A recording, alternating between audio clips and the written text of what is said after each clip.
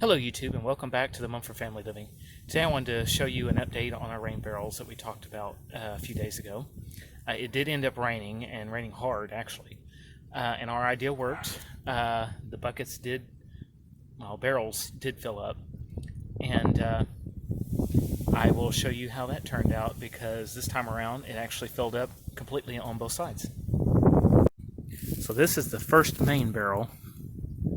As you can see, the rainwater is right there at the edge.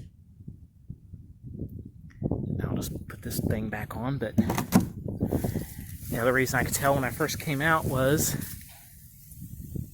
the top is actually bowed up on both of them. It's hard to tell on that one, but this one you can. Anyway, so our plan of switching the caps over worked. That's just from sitting under that barrel and getting full of rainwater. Anyway, I kind of wanted to show you an update of that. Plus, I also had some other projects going on right now I was going to show you, take you along with. And I will start once I get over there. So I got asked the other day why I let some of my lettuce from last year bolt and stay in position where it's at. But as you can see, it's got flowers on it. And I am not even trying the leaves because I'm pretty sure they're bitter. And right next to it's my comfrey, which is looking kind of pitiful. But anyway, the reason I've kept this stuff is because during the winter it's hard to get any kind of greens to put into your compost bin. So since these are cold weather greens, and even though we can't eat them or use them, I can use them in something else. So today I'm going to take and cut some. And now I'm going to mix it up into my compost so that it can continue the process of building my soil. Anyway, I will take you along after I get done with that. Okay, as you can see, I've gone through and I've cut all my leaves off that I want. I haven't taken everything, because if you take everything, then the plant has nothing to support itself with. But from what I've taken, I probably could have taken more off of this side, but this one's actually getting ready to go into flower. Same with this one. It'll look like that. So another reason I've left that is because bees will actually enjoy these, and so that's why I've left them as well, so the bees can enjoy the flowers. Honeybees may not have a chance to, because by the time it starts getting warm enough for them to be out, the flowers on these may be gone. But right now, mason bees, as soon as it starts warming up a little bit, should be out looking for forage foods. So this is just my way of kind of helping them along. And in my comfrey, I cut back a lot of it because it's been trampled. We have 2 dogs, which they're out there. Hey guys! Say hi! There they are. Anyway, I'm going to take what I've cut, and yeah, we know you're the culprit. And I want to take it over to my compost and cut it up with the scissors and mix it in. I'll show you how I do that. So this is what I've been using for my compost.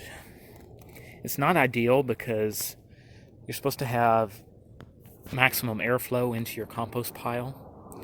Otherwise, like with this one, I have to turn it every so often, otherwise it'll get wet and mushy.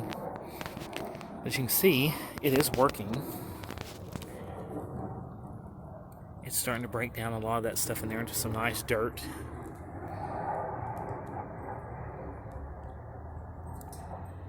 But right now, I'm mostly seeing carbon-like material, which is the leaves, the stems. Most of the other stuff is broken down, so I'm going to re-inoculate this with some greens, which is why I've cut these, which will up the microbial digestive process again and cause this to warm up and break down even more. Now, mind you, not all that is leaves and such. If you look down in there, there still is dirt underneath there. So it already has been broken down quite a bit. It's just it's not completely done until it's all broken down and looks like that black soil that you see in there. Anyway, I'm going to dig me a hole, probably about right here in the middle somewhere, and start chopping up my material to throw in there.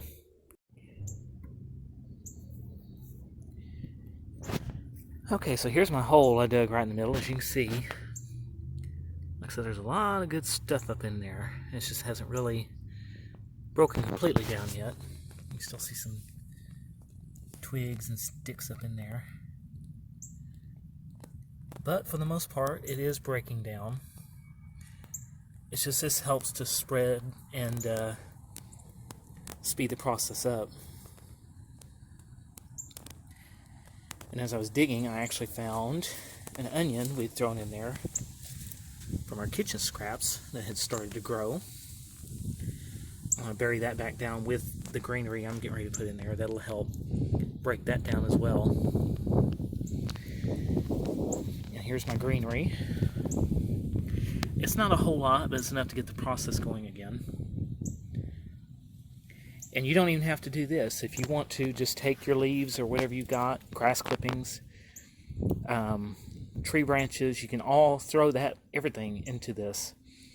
The only problem is the longer and bigger the pieces are, the longer it'll take for it to break down. As you can see, I've got some sticks and stuff in there still that haven't broken down.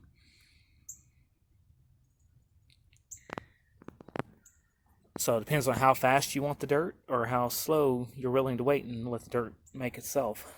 So, anyway, that's my rendition of compost. As you can see around here, it's starting to warm up. Things are starting to come up. There's some daffodils there getting ready to sprout. Irises. More daffodils under there.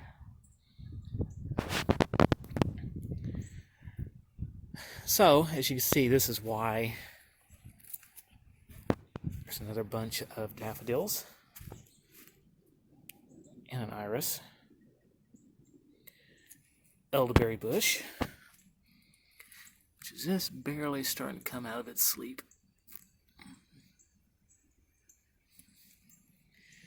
That's why I'm trying to speed this process along. I'm trying to get this going before I run out of soil for all the seed starting I have going on. This makes excellent seed starter. It's loose. Sometimes it can be high in nutrients, sometimes it can be low, so you do have to kind of watch, but if you can get it sifted and loose, compost makes an excellent seed starter. But anyway, that's what I am doing today. I figure I would take you guys along, kind of explain to you how I use these things to help get where we're going. And I will talk to you guys in a later video. From the Mumford family to yours, we thank you for watching. And if you have any other questions or comments about our water barrels or compost, as you can see in this video that we are doing, feel free to let us know. We appreciate you.